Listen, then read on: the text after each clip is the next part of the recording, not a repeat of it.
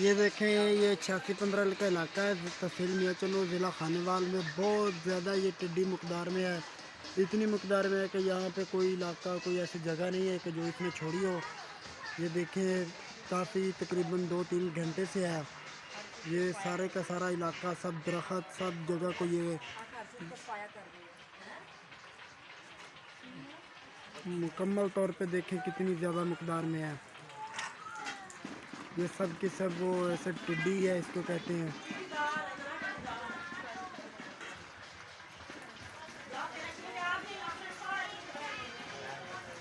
तहसील मियाँचली, ज़िला खानेवाल का नुआही इलाका 8615 है। उसमें ये देखें टिड्डी की कितनी मकदार है।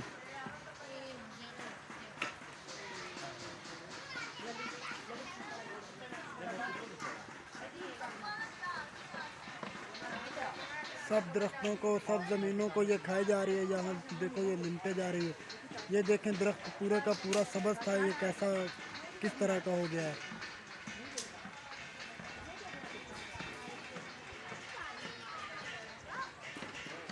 ये बारिश से भी ज़्यादा है।